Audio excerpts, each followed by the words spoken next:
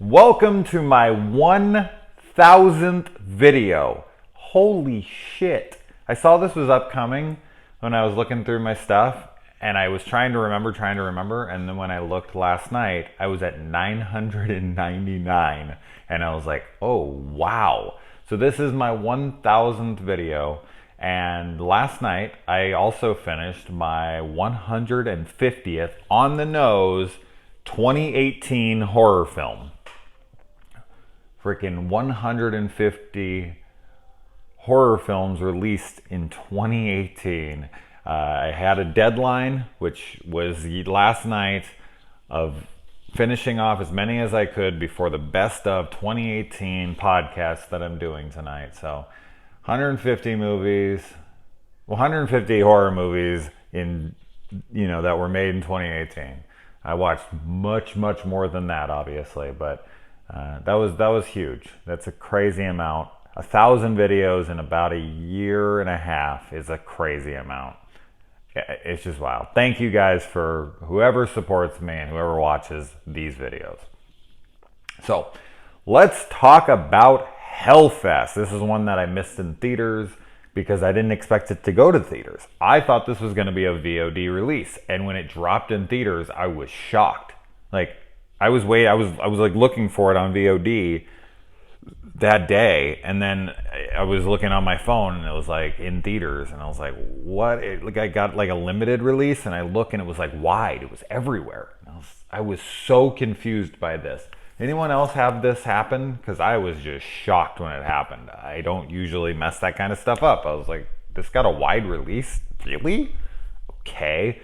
And it was just, the timing and this and that. I just didn't go. I just didn't get to the theater. So I was waiting for this, and a bunch of people said that they really didn't care for it. Wasn't that great, this and that. So I wasn't in the biggest rush, but it was the one that was like, it was the big movie of the year. It was the big theater release that I had not seen yet.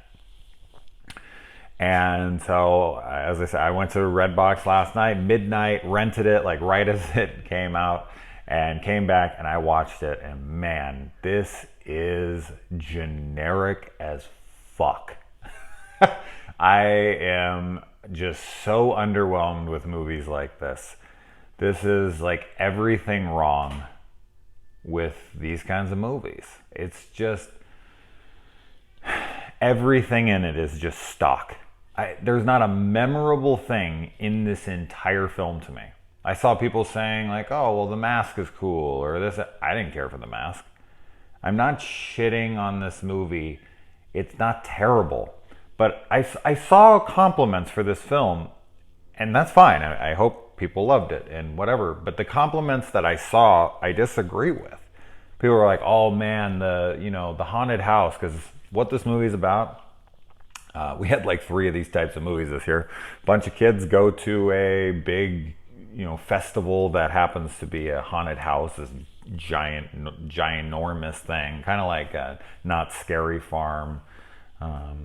When they get in there, there's a killer after them for real. And they think it's one of the actors, and it keeps going back and forth and back and forth. Is it not? Is it not? We know it is, obviously, because the opening shows that this guy's a real killer, but they're kind of confused on whether it is or not.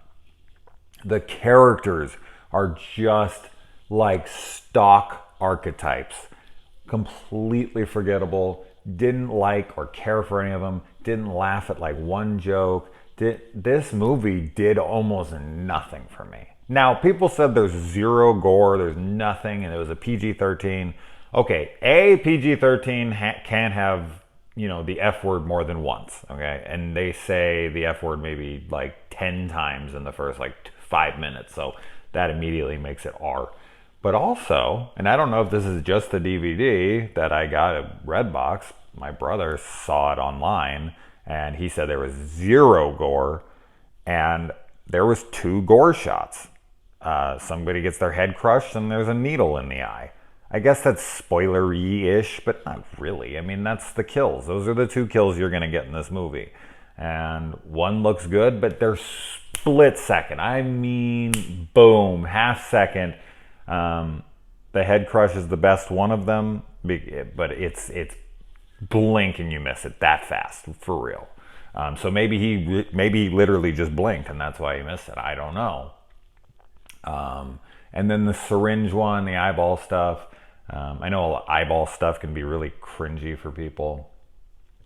But it's very bad CGI eyeball stuff, so it didn't work for me. I don't know. I liked that Bullet was in this, but that's what I always refer to her as, the girl from the Scream TV series and the Killing television series is where I know her best from, like, originally. And her name in that show is Bullet. I think her real name is like, it's a weird name, like Bex or something. I don't know. I like her, but she plays the same character in every fucking thing she's ever done. She's,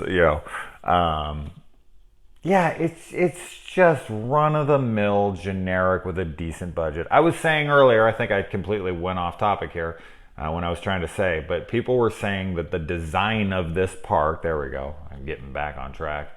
The design of the park was so cool and they wish they could find a place like this and this and that. I didn't see anything all that interesting or memorable in there. I like the size of the park. It'd be cool to go through a haunted... I'm not really into the haunted mansion or the haunted like houses and whatnot. Not really my thing. I do like the haunted mansion at Disneyland though. I don't know. It's just never done anything for me. But yeah, I didn't find the sets all that interesting. I didn't find them to be all that memorable. I don't know. I've been in better ones personally. I thought the ones in the houses October built are much more impressive, and those are real ones that you can go to. So this is a bigger budget. It's a lower budget film in comparison to the bigger budget movies, but. For most horror movies have like no budget. This is, a theater release. They threw some decent money at it.